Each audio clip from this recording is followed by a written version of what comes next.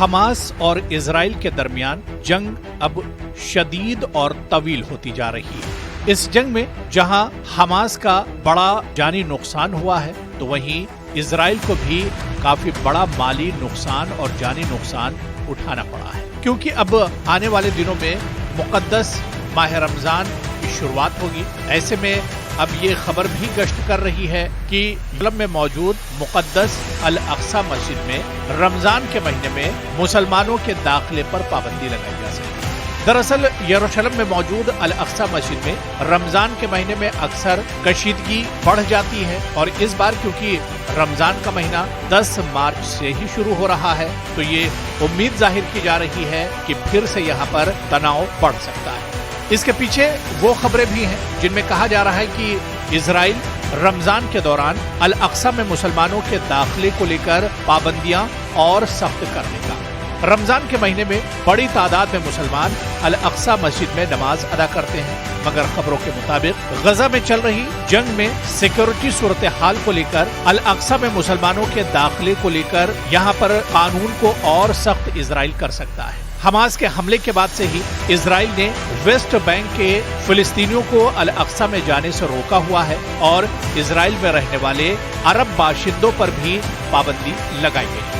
कुछ लोगों को उम्मीद थी कि रमजान के मुबारक महीने में इन पाबंदियों में राहत दी जा सकती है, लेकिन अब इन्हें और बढ़ाने की चर्चा हो रही है।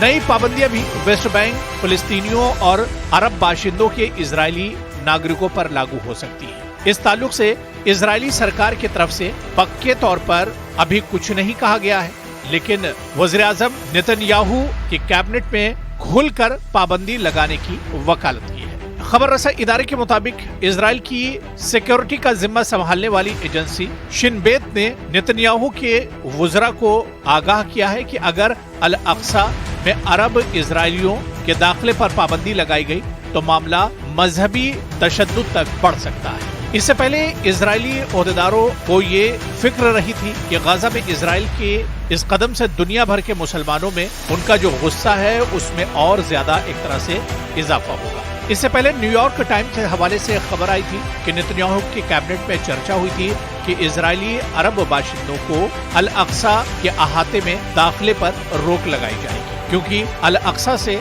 मुसलमानों का तक़द्दुस जुड़ा हुआ है। बीते साल 7 अक्टूबर को हमास ने इजराइल पर हमला कर दिया था, जिसमें 1200 इजरायली मारे गए थे और 200 से ज्यादा लोगों को बंधक बना दिया गया था। इसके बाद इजरायली फौज ने गजा में हमास के खिलाफ बड़ा ऑपरेशन छेड़ दिया, जो अब तक जारी है। गजा में हमास के तहत काम करने वाले वजारत सेहत का कहना है कि इजरायली हमलों में अब तक तकरीबन 30,000 लोगों की मौत हुई है।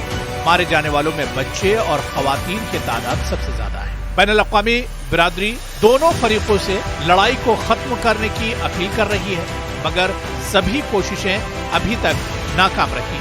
अब इजराइल का कहना है कि वो मिस्र की सरहद के साथ लगे रफा के उस इलाके में कार्रवाई करेगा जहां गजा के बाकी हिस्सों से भागकर आए फिलिस्तीनियों ने पनाह ली, और मस्जिद अक्सा के दायरे में मुसलमानों को जाने की इजाजत इजराइल देता है या नहीं, ये देखना भी अहम होगा।